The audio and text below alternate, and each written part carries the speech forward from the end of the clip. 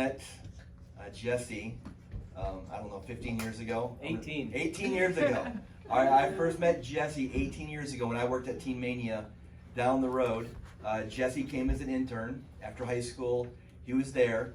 And what I remember about Jesse being there is Jesse was focused, passionate, and wanted to help people when it came to evangelism. I remember one meeting, Jesse tried to set up this kind of a study of how to evangelize with Ray Comfort. You ever hear of Ray Comfort? All right, so Jesse came, met with me, and then I said, well, I'll find out. I had to get permission, and he came, met with me again, and then finally he wanted to do like a several-week study of evangelism where we got approval for him to do like on a Saturday. So even when he was a young man, he had the heart of God to evangelize, but I wanted him to share with you guys his full story. When you guys go to CCF on Sunday morning, there are like hundreds of people there. And sometimes you see people in there like, man, they don't understand my struggles. They don't understand what I've gone through. Sometimes you think older people, they just don't understand what I'm going through. Well, Jesse has a unique testimony of what God has did in his life. So you guys please welcome Jesse Morrell as he comes out.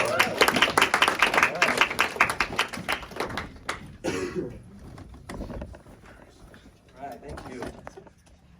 I'll share my story with you guys. It could really be a movie. Pretty rough years when I was your age, younger. So I'll start my story. I was shackled in the back of the courthouse. I had chain around my waist, and my hands and wrists were handcuffed to my waist, and I had shackles in between my ankles, made it hard to walk.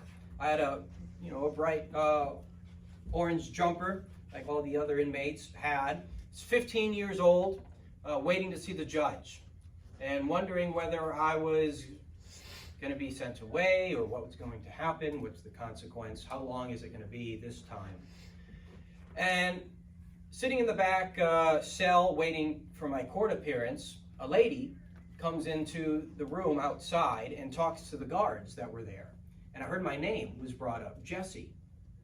And so that got my attention. And the guards came and got me out of the cell. It was my probation officer who wanted to talk to me. This was a woman who was supposed to, be in charge of my probation. I had just been transferred to her from another probation officer. Your probation officer, you check in with them for drug tests and things like that. And my other probation officer, I was giving him dirty drug tests, and he was never violating me for probation. I used to go see my probation officer high, and I thought because I drank a lot of water that day, it was just going to water it down, and I was going to pass my drug tests. Well, he never violated me for these dirty drug tests, and I thought I must be giving him good, a good test. In reality, he just wasn't violating me. I gave him 5 dirty drug tests, and nobody had seen it until I got arrested again for something else. They opened up my file, realized my probation officer wasn't doing his job. She told me I had 5 dirty drug tests. One of them was with cocaine. All of them with marijuana. Now, I was 15 years old, and I just lied about the cocaine. I said, well, maybe I smoked something that was laced with something I didn't really know. In reality, I was smoking crack on purpose, but I lied about that. So she put me on this waiting list for rehab, but that's not why she came to talk to me. She came to talk to me about another charge that was pending. She said, Jesse, I was just informed that the police have an ongoing investigation for you robbing a house or stealing items from this house. It was the name was the George family in town, one of the wealthiest families in town. They descend. His grandfather was a billionaire, made money selling like copper wire or something, some type of like mine. He had like mines or something. He was a billionaire family, and I came from a poor family. So I thought I was justified, taking a few items from their house when we were at this party because, they're rich, they can afford it. They're not going to notice. Well, they noticed. And so now I'm being investigated, she said, for my second felony at the age of 15. And that would qualify me to be tried as an adult, and I'd be facing 5 to 10 years in prison. Now, in the past, I had gone before the judge for other crimes, and again, there weren't really any serious consequences. Like I said, I was going to my probation officer high on drugs. My mother would drive me. She'd look at me, did you smoke, marijuana, or are you high? Because she could see my eyes were all squinty, and she couldn't control me anymore because I was just out of control. She smacked me in the back of the head or something. But I was giving these dirty drug tests. He wasn't violating me. I had first been arrested for assault in the 2nd degree when I was a freshman in high school, 15 years old. Got into a fight with a senior, and I hit him in the head with a Corona beer bottle, a glass bottle. I won the fight, and I got a charge of assault in the 2nd degree. So that was my first felony. But the only thing they did was send me to juvie for the weekend and then put me on probation. So there was no serious consequence. I didn't face any serious consequence. I had been, when I was in 8th grade, I was suspended 38 and a half times in 1 year. And I just thought, the whole system's a joke. I had no respect for authority, no respect for the rules or for the laws, and my aspirations in life was organized crime. I was already a drug dealer. I was a drug dealer in my middle school, in my high school, but now I'm facing 5 to 10 years, and I started to reconsider my life and to really seek the Lord and to pray. And it started with, prayers like, if you get me out of this, I'll serve you. But eventually it was more like, even if I have to go to prison for 5 to 10 years, then I'm going to serve you. But I'm getting a little bit ahead of myself here. How did I get to this point? Things that led up to it. I was only 15 years old. And I grew up, I was born in 1984, before many of you were born.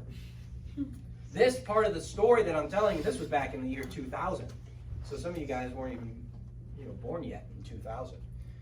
I was born 1984. My father, he's a drunk and a drug addict, and he was not around.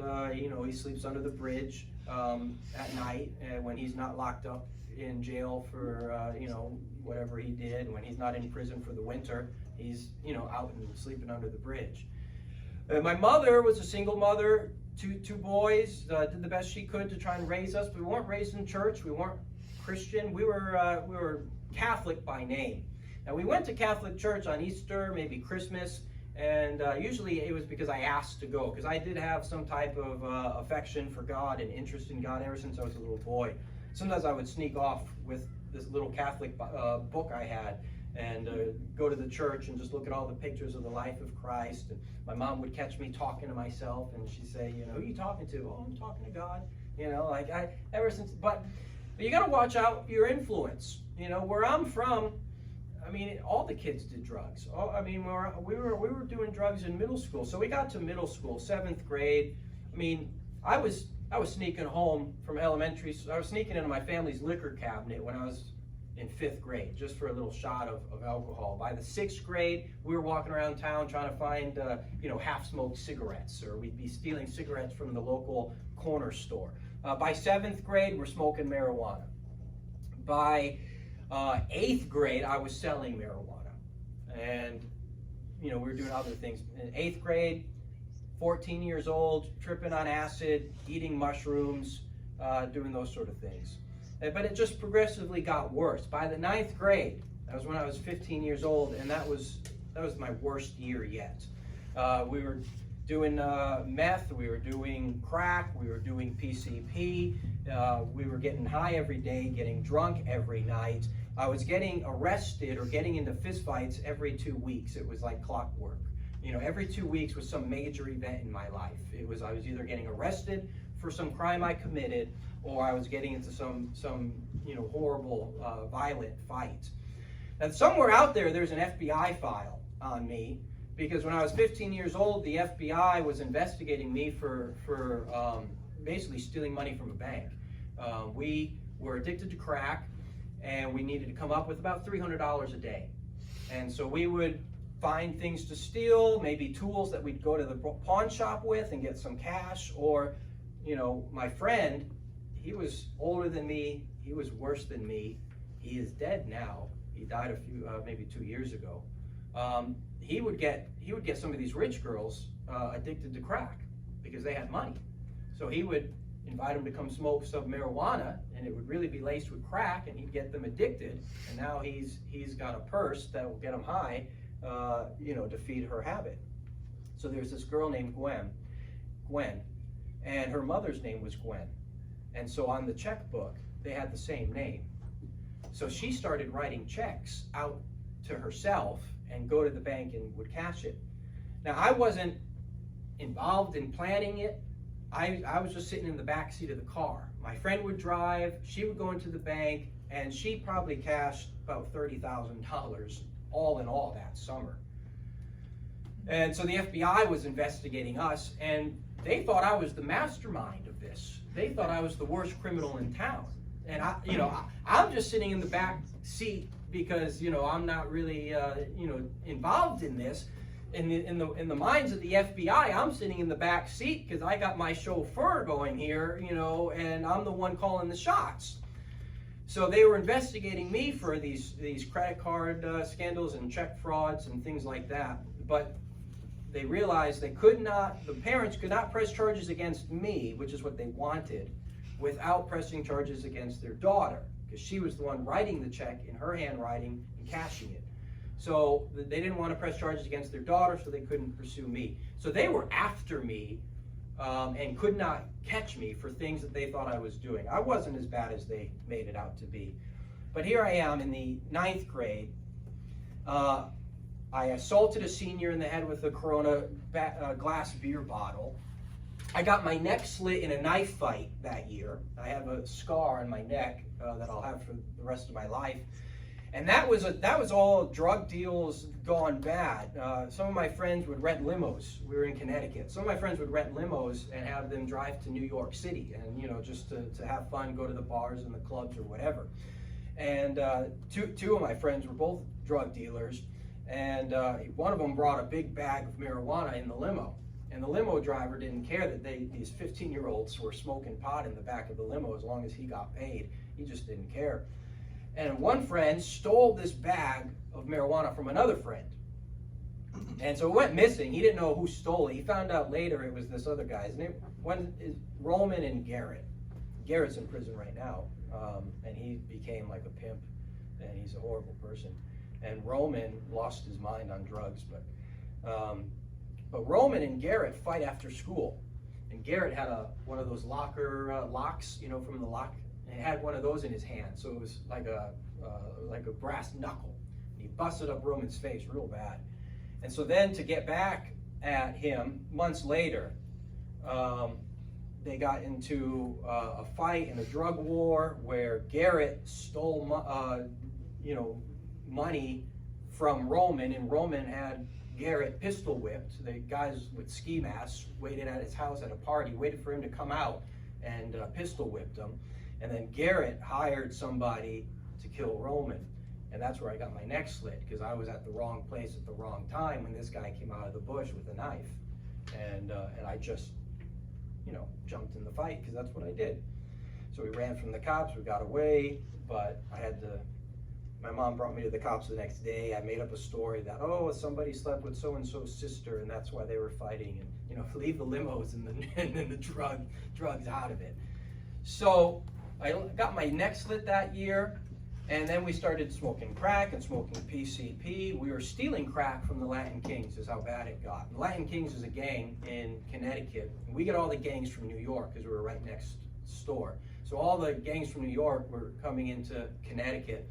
There's a gang called the Latin Kings. This guy, his name was Goldo. And Goldo is like Spanish for fat, right? I don't know Spanish, but he was a fat kid. So, those were the gang names. There was Blanco, he was the white guy, and then there was Goldo, who was the fat guy. And then, but Goldo was selling crack for his dad, who was a gang member. And Goldo was 15, like the same age as me, and he wanted to learn how to drive, to get his driver's license. So my friend would let Goldo drive, he would get into the passenger, and I'd get into the back.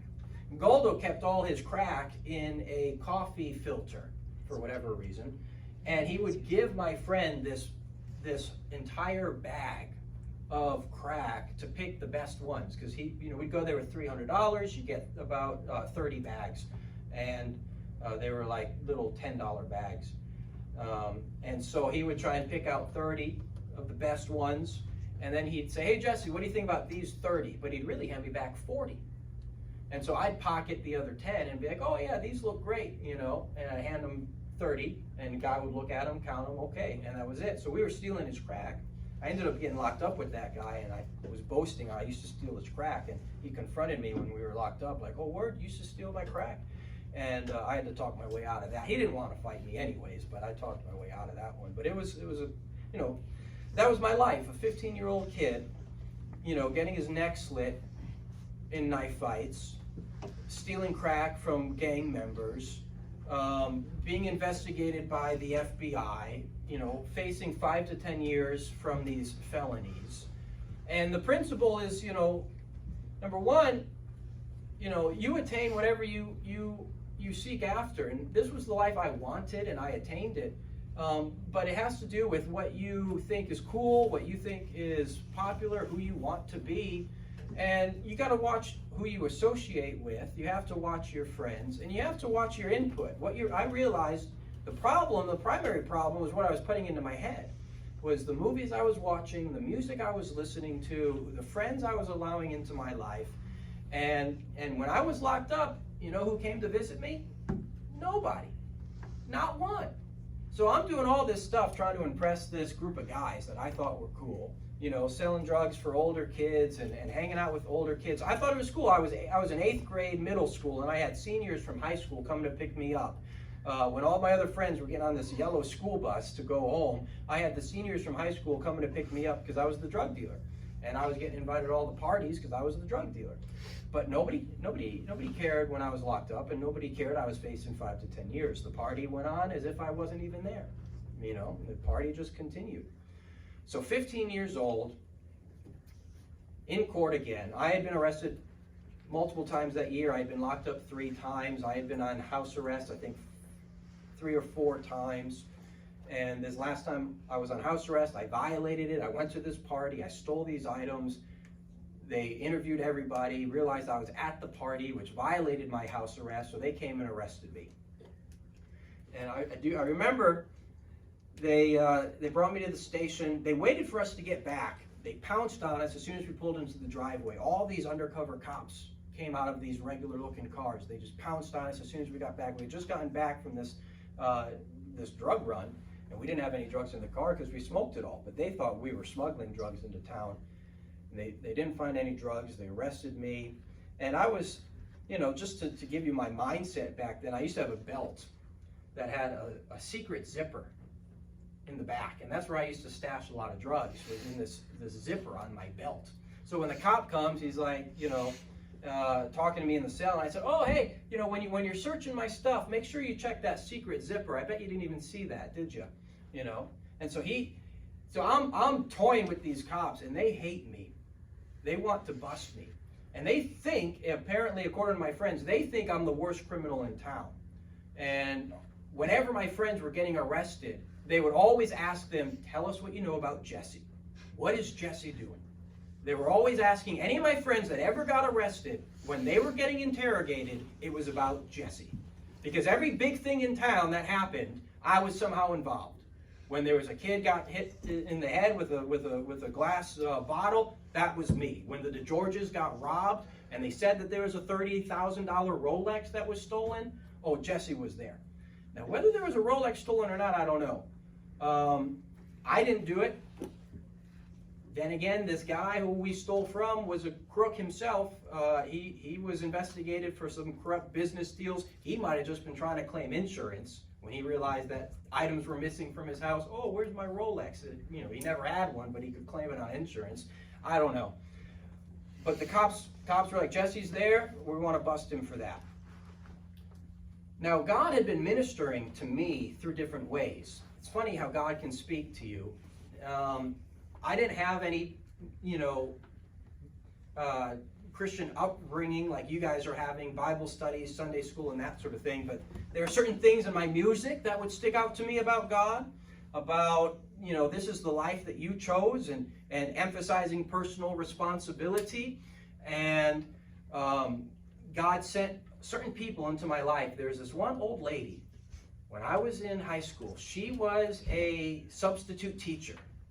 And when we had substitute class, we were just, or study hall, that's what, when we had study hall, nobody studied. Everyone just chit-chatted and did whatever they wanted to do. And I was boasting about, the fights I had been in, or the time I just spent the weekend in jail or whatever. She came up to me afterwards, and she said, had me up against the wall, up against the locker. She's like, I'm not supposed to say this because I'm a teacher and this is a public school, but I'm just going to say it anyways, is you need to know Jesus. And I thought this old lady was crazy because I was like, what do you mean know Jesus? She's like, you need a personal relationship with Jesus. And I just thought, I was Catholic, I knew about Jesus, but she's talking about this personal relationship with Jesus. But I never forgot this old lady who pinpointed me and told me. It's the only lady who really tried to witness to me in my high school. And so God had been dealing with me leading up to these events. When I got my neck slit, I remember looking into the mirror, just thinking I came this close to death. I came this close to the other side. And what's going to happen? What happens after you die? And it disturbed me. It bothered me. And so, all these things leading up to this climax now where I'm facing 5 to 10 years and, and I have, we all have a conscience. As bad as I tried to be, as tough as I tried to act, the thing about being a criminal is that whenever there's a crime, you're hurting people. As much as our society tries to glamorize, these mafioso and these criminals and these gangsters, like it's some type of cool thing, the fact is crime always has a victim. And I can remember all my victims, people that I hurt really badly, people that, we beat, half dead, people that we robbed and stole from. And I know all these victims. And, it was bothering my conscience. So it finally got to the point where I'm praying, I'm locked up, I'm waiting for my next court appearance, 5 to 10 years, what's going to happen? And I'm praying, God, if you get me out of this, I'll serve you. I've messed up, and if you just get me out of this, then I'm going to serve you. But God worked on my heart, and I said, even if I have to do those 5 to 10 years in prison, I'm going to serve you in prison. I'm going to serve you from a jail cell, because I just can't live this way anymore. I can't live in darkness. When you're living in sin, your whole world is dark. You're not walking in the light.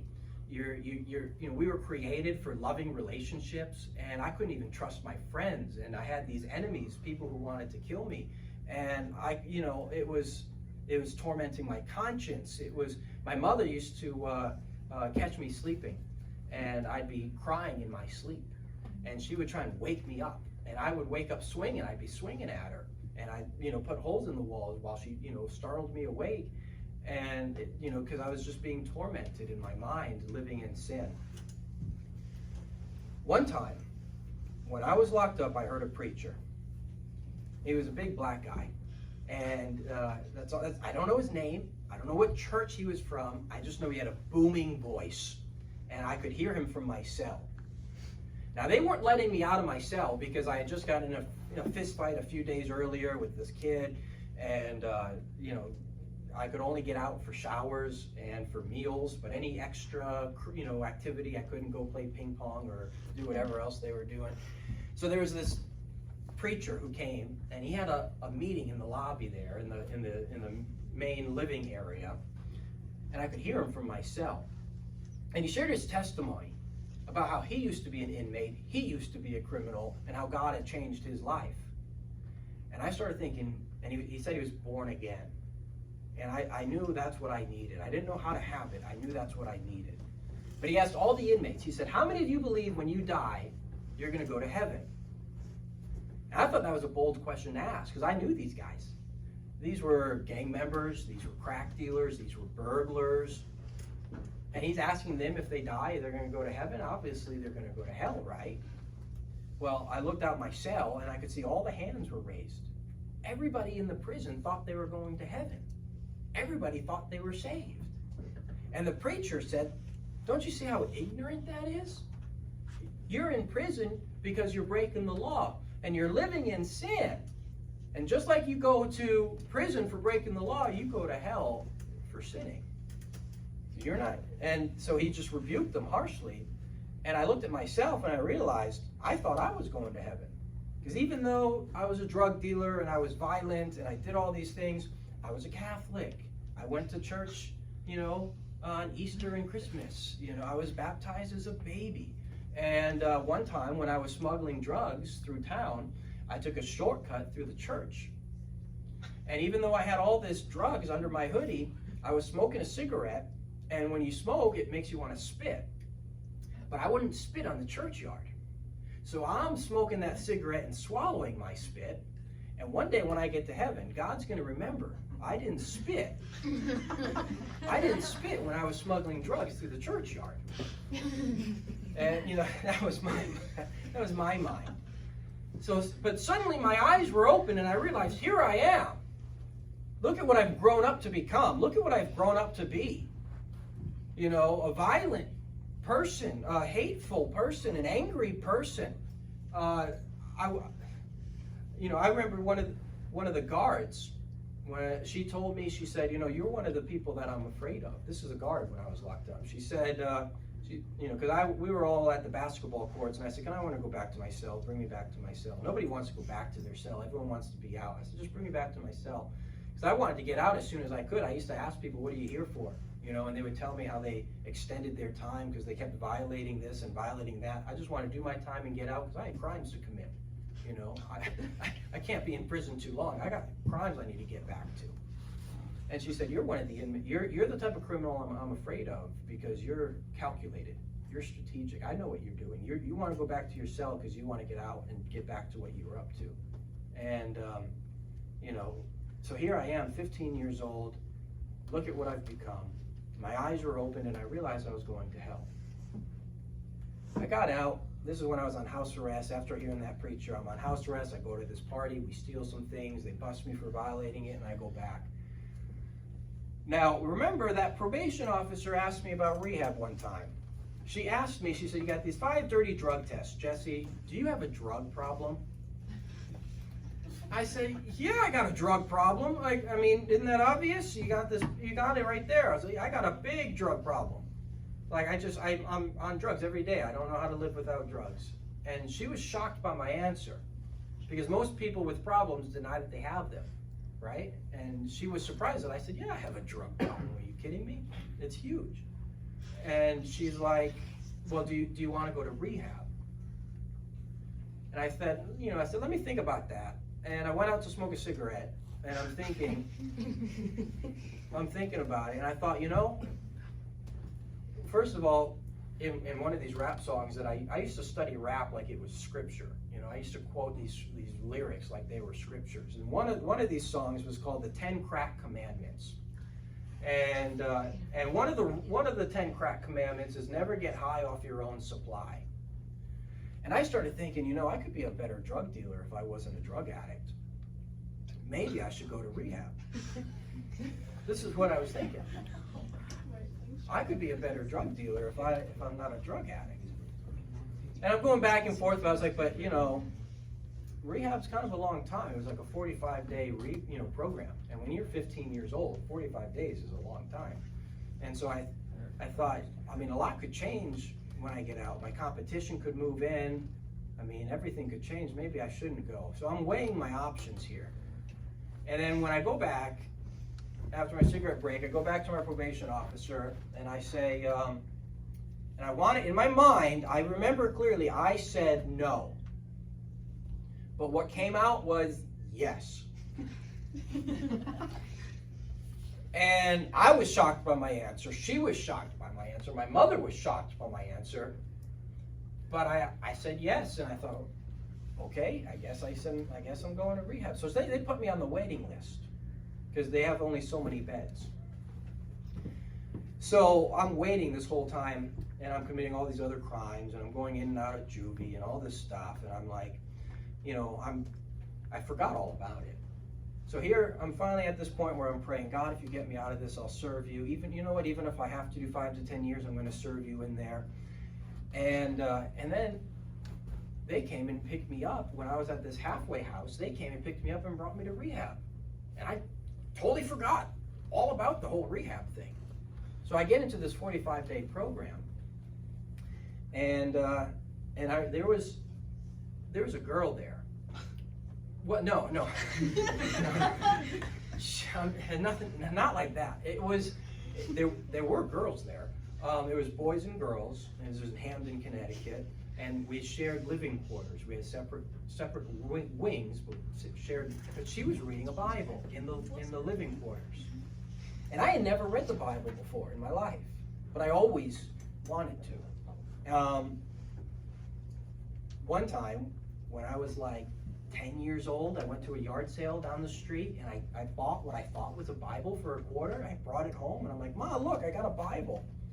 And she's like, "Oh, honey, that's a hymnal." And I was like, "Yeah!" I wanted a Bible. It just looked like a Bible to me. It had a cross on it. It was big. It was black. And so I thought it's a Bible. Anyways, she's reading the Bible in rehab. And I said, "Is that a Bible?" She's like, yes. And she was shocked that I would ask.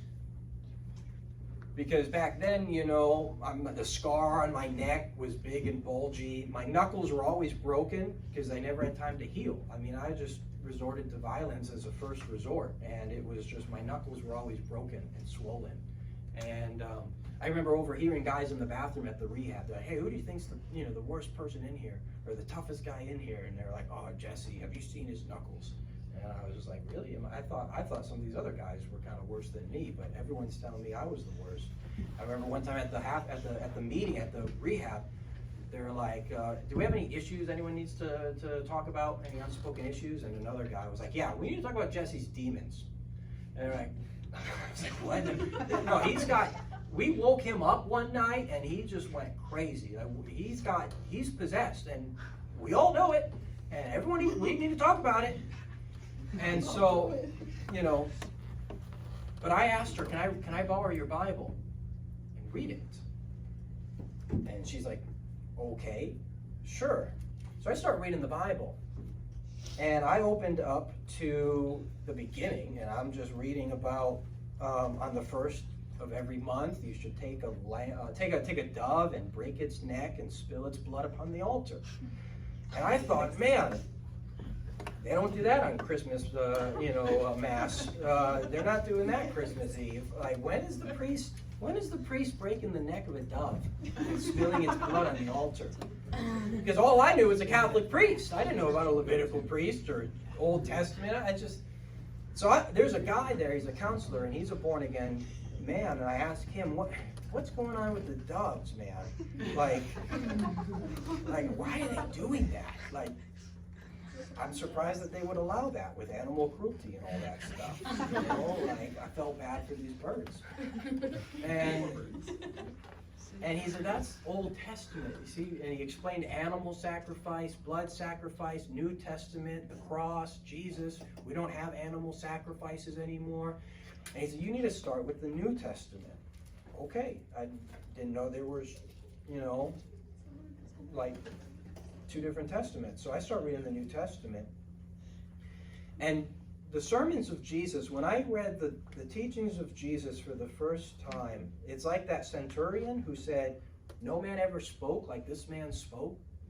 I mean, everything Jesus said was out of this world to me. It was so countercultural, so opposite of everything that I knew in the world.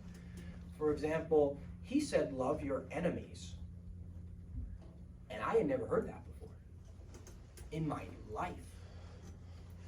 Sunday school kids, church kids, you can take it for granted, right? You taught since you were a kid, love your enemies and forgive people and all. Nobody told me that. For me, it was fight or flight. That's the only options you have. And it was fight or flight, and I don't run, so it was always fight. You hurt your enemies. You leave them bloody. You don't love your enemies. It wasn't even a thought in my mind. Never even contemplated the third option. I never thought of it. Jesus says, "Love your enemies." I said, Jesus is not a man. This is not how men think. This is not how men talk. This is not how men live. This is out of this world. This is not from this world. Jesus said, love your enemies. And I knew that was the will of God. That's what God wants. That's the heart of God. That's what God does to his enemies, right? And so nobody had to convince me the Bible was the Word of God. I came to the Bible with faith already, and the faith of a child, and just reading the teachings of Jesus. No man spoke like this man ever spoke. I think it was Napoleon who said, I know men, and Jesus was no man. And so I read more. I mean, everything he said was countercultural, out of this world. Blessed are the poor, blessed are the meek, blessed are the hungry. we wouldn't say that. We'd say, blessed are the rich, blessed are the full. We don't say any of these things. And so it was shocking reading the Bible for the very first time. And then Jesus said, unless a man is born again, he will not see the kingdom of God, in John 3:3. And I thought, well, that's different from what I was taught in the Catholic Church, because I was taught, stay away from anyone that calls themselves a born-again Christian. If they call themselves a born-again Christian, they're one of the extremists. They're one of the fanatics. Don't stay away from the born-again Christians. That's what I was taught as a Catholic. And here's Jesus saying you need to be born again. So I realized I can't just go by what I'm being taught in this church. I can't just go by what my parents were saying. I need to study the Word of God for myself. I need to know it for myself. And, the Bible wasn't teaching any of the things that I was taught, like, if you want to be forgiven, you need to go confess to a priest. And you need to say, 5 Our Fathers and 10 Hail Marys. And that's how you get forgiven. And then you go take your communion. And, this is the sacraments to attain forgiveness. None of that was in the Bible at all. But I realized I needed to be born again. So I went into my room, and I knelt down, and I prayed, and I said, God, I want to be born again. Please give me a new heart. And I went down one person, and I came up a completely other new person. I had been seeking God prior to this. I had been desiring God. I had been, but I didn't know God. I wasn't changed. I wasn't born again. I knew my life was a mess. I knew I wanted to escape these consequences, but I didn't have a new heart. And when I became born again, it was like the weight of the world was lifted, the darkness was lifted, and I didn't want to hurt people anymore. I didn't have it in me to hurt anybody. And I realized you could live your life however you want. You could dedicate your life to good or to evil. And I had been dedicating my life to evil. I had been dedicating my life to what was wrong. And I have the whole life ahead of me. And I said, I'm just going to read the teachings of Jesus and do whatever he says to do. Because he's speaking the will of God, the truth of God, and I'm going to dedicate my life to that. Well, everyone in this rehab could tell I was born again, because the counselors there, they told me at one of our meetings, they said, what happened to you? Something's weakened. Your eyes are glowing, your face is shining. Like, not to offend you, but when you first came in here, there was a very dark presence about you. They're like, these were not Christians. This was not a Christian rehab. But they basically said it was like a demonic presence, some very dark presence. And now they said your eyes are shiny, your face is glowing. What happened? And I went from, wanting just to go to rehab to become a better drug dealer, to now I'm preaching, nobody should be drinking any alcohol. Like any of you counselors that are, sipping beer at home and you're not alcoholics, but you're drinking, that's a sin, and that's, so I went, and now they're like, oh, calm down, like I went too hard for the secular rehab. Now I'm a total prohibitionist, from like a bootlegger to a prohibitionist. And I got out of rehab after the 45 days. First thing I did was go to church. That was where I said I wanted to go. So my mom brought me to church, but it was like a 3-hour church service, so we kind of left early because I wasn't used to that being the Catholic that I was. We didn't have 3-hour church services. And then I went to an NA program, AA program. I got into a youth group and started to pursue God, but I still had this court case and this investigation. So I go to court on the scheduled, I had a promise to appear, that I would appear to court if they let me out of this program. I go to court with my mother, and here's my public defender talking to all the guards. And they're laughing and joking, and it seems all trivial to them. And I thought, man, my life is in the balance here. Like, this is a big day for me. Like, you know, they told me I was facing 5 to 10 years, and there's this investigation and this second felony and this charge. And here's my public defender. You know, I know I'm not paying him anything, but I mean, he's just joking with the guards. I mean, can't this be a little more serious? I started emptying my pockets to go through the metal detectors. And my public defender says, you don't have to do that. But I thought he's talking to one of the guards about whatever they were chit-chatting about. So I keep emptying my pockets, and he grabs me by the arm, and he says, Jesse, you don't have to do that. I already went and I talked to the judge, and she's agreed that she's going to drop everything. And you have no more probation, no more drug tests, you have no more court cases, you're a free man, you can go and live your life.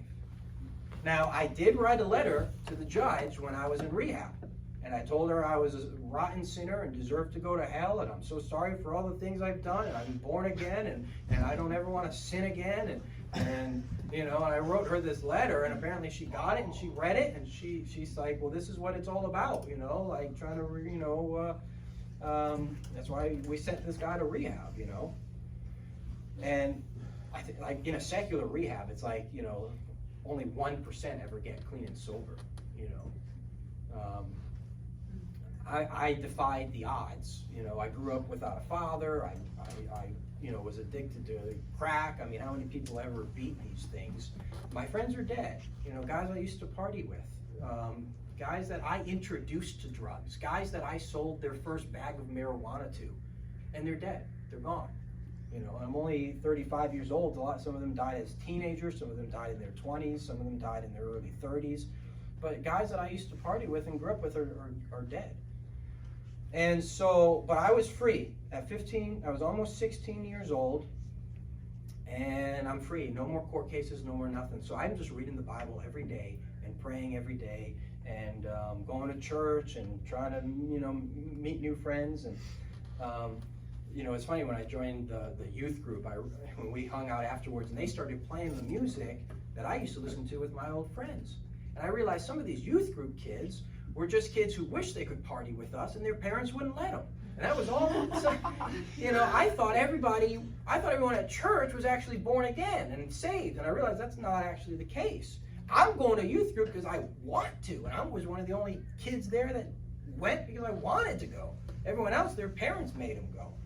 So I'm trying to make new friends and, you know, all of that. Well, I started having a Bible study at my house after, because my youth pastor treated us like we were in kindergarten, you know, and it was like, you know, fill in the blank, you know, for God so blank the world, you know, and like there's more depth to the Bible. I'm freshly converted, but I know there's more to it. So we used to go to my house, and I had a basement, and we had set up like a ping pong table and a little air hockey, and I had turntables like a DJ and all that stuff and fancy lights. But we would just sit on the couch for hours talking about the Bible.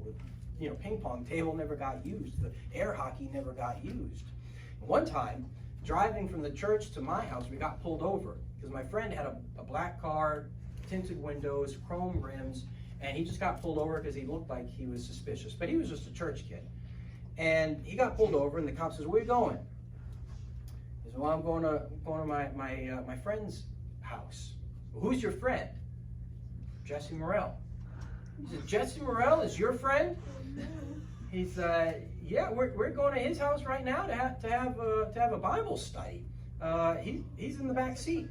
The cop puts his head in the window, and he looks back, and he says, "Jesse." He says, you don't know me, but, a few years ago, like a year ago or 2 years ago, I was a rookie on the force. And the first criminal that they briefed me on in town was you. They said, you were the worst criminal in town that they were going after. He said, I didn't think people could change. I didn't think people could change their life. He said, whatever you're doing, keep it up. And I said, I showed him my Bible, and I said it was God. God changed my life. I was born again. And he said, I believe you. I believe you. And so, the cop saw something happen, and it was genuine. And I thought maybe my life transformation would be like a testimony to all my friends, you know. Well, I just found out maybe a couple of years ago, a lot of my old friends, they think I'm traveling the country swindling churches, that I just changed my racket to ripping off churches. They think I'm the same criminal that I used to be because they have no contemplation of being born again. It's a foreign concept to them. They don't know it. So they think I'm the same person I always was, except now I'm just ripping off churches across the country. I thought my testimony would convince them that God was real and being born again was real, but that's the carnal mind. So, like, here's an example. I remember when I was a freshman, and there were seniors. And I wasn't going to let anybody, I mean, the seniors would sometimes give these guys, like, swirlies in the toilet and that sort of thing, you know. I wasn't going to let anyone push me around. And going through this freshman hallway, these seniors were pushing each other into little freshmen, you know. Someone got pushed into me. And I start running my mouth. He and I are confronting each other. There's a circle around us. He's like, how about I break this bottle over your head? And I'm like, yeah, how about you do that? And I was like, you're not going to do it, will you? Look, everyone knows you're a punk because you're not going to do it. And we got in trouble. We go to the principal's office. And I was like, dude, after school, you're dead. And the cop was there. And he's like, oh, yeah, is that a threat? And he pointing to the cop. And I was like, no, it's not a threat. That's a promise. I'm going to kill you after school. And so after school, he sent some other guy to come at me, and he headbutted me, and I was about to fight him, but my friend got in between us because this guy had been to prison for breaking somebody's jaw. He was much bigger and whatever. So I didn't fight that guy. I go to school the next day, and this guy sees me in the hallway, and he starts running his mouth at me again because his buddy headbutted me, and then I didn't fight because my friend got between us. And so I had just attacked him and beat him up in the hallway really bad. So after school, they sent another guy to come and I fought some other friend of his in the backyard somewhere. And so we had this ongoing fight.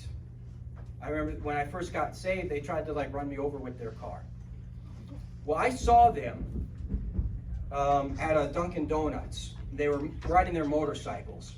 Now, when I got saved, I was 16 years old. I started giving out gospel tracts, and I used to sell drugs in the high school. Now I'm putting gospel tracts in all the lockers. So everyone would come out of school, and in the locker would be a gospel tract. So I see these guys at Dunkin' Donuts, and I walk up to them. Well, first I go to the trunk of my car, and they don't know what I'm getting out of the trunk of my car. And they put their bike helmets on like I'm going to get a crowbar and come at them or something. I got gospel tracts out of the trunk of my car and some Bibles, and I went up to them and I said, you know, like I know we used to fight and we had this thing, and this really changed my life, and I want you to have it. And it made a big impression on them. And so I went from literally, I had fantasies of buying a gun and killing these people to, you know, giving them Bibles and giving them gospel tracts. And it was, the only difference was Jesus. The only difference was the Word of God operating on my mind. When I was 16 years old, I financed a mission trip to bring supplies to orphans in Mexico, you know. And from 15 to 16, the dramatic change that happened was just because I yielded my life to God. And then I met Heath when I was 17. Dropped out of high school early, went to night school, graduated early. So what would have been my senior year in high school was my intern year at Team Mania. And was just wanting to tell everybody about Jesus. So I started going to the streets, going to everywhere I could. And almost 20 years of full-time ministry now to tell people about Jesus. So it's 8 o'clock, and I just wanted to share my life, my testimony with you to show you what God can do, you know, in a person's life. You know, you might see me at church and you just think, you know, I'm just some other guy, but I have testimony after testimony of God answering my prayers when I was facing, you know, 5 to 10 years in prison, to not having any more court cases. I have so many answered prayers it would make an atheist jealous that I can't even tell all these answered prayers. So I'm just here to tell you that God is very real. Walking in the light is a very real thing. You know, dedicating your life to God. It's the only way to truly live. A life of sin, it's a way to die. It's a way to ruin your relationships with God and with everybody else. But the wisdom of God and the Word of God, that's the only way to truly live. So thank you for letting me share. And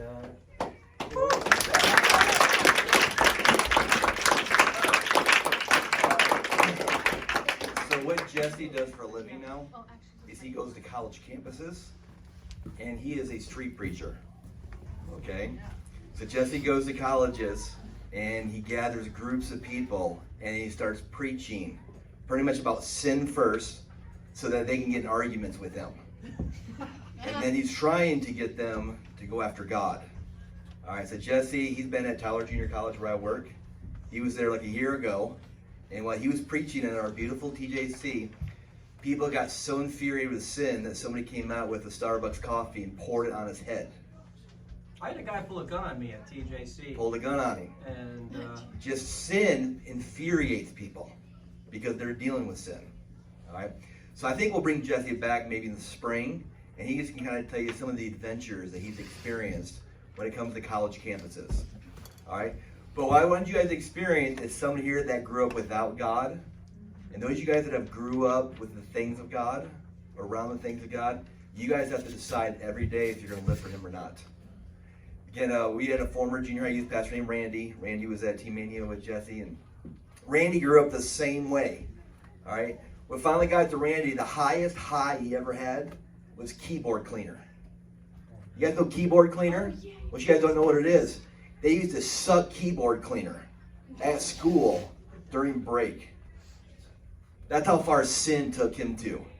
All right. He would do that kind of thing, and sin takes you farther than you ever would have thought. In our youth group, all right, we had people doing drugs last year. They would come to church, do the church stuff, and then they got caught up in all kinds of drugs that led them to all kinds of bad consequences. God loves you so much, He'll bring you to consequences. All right, Jesse got taken to consequences to wake you up, because a good father will bring some consequences in your life. All right. So again, when you guys Sunday morning, you guys might see the Morrells there, and they got 4 wonderful kids. You guys might see them like, oh, they're just a good church family. God took Jesse out of darkness into the light.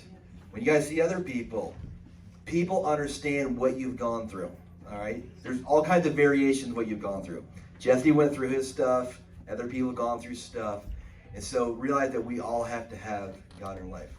All right, God bless you guys. We are going to offer ice cream tonight. All right, we didn't have it last week. We are going to start serving ice cream.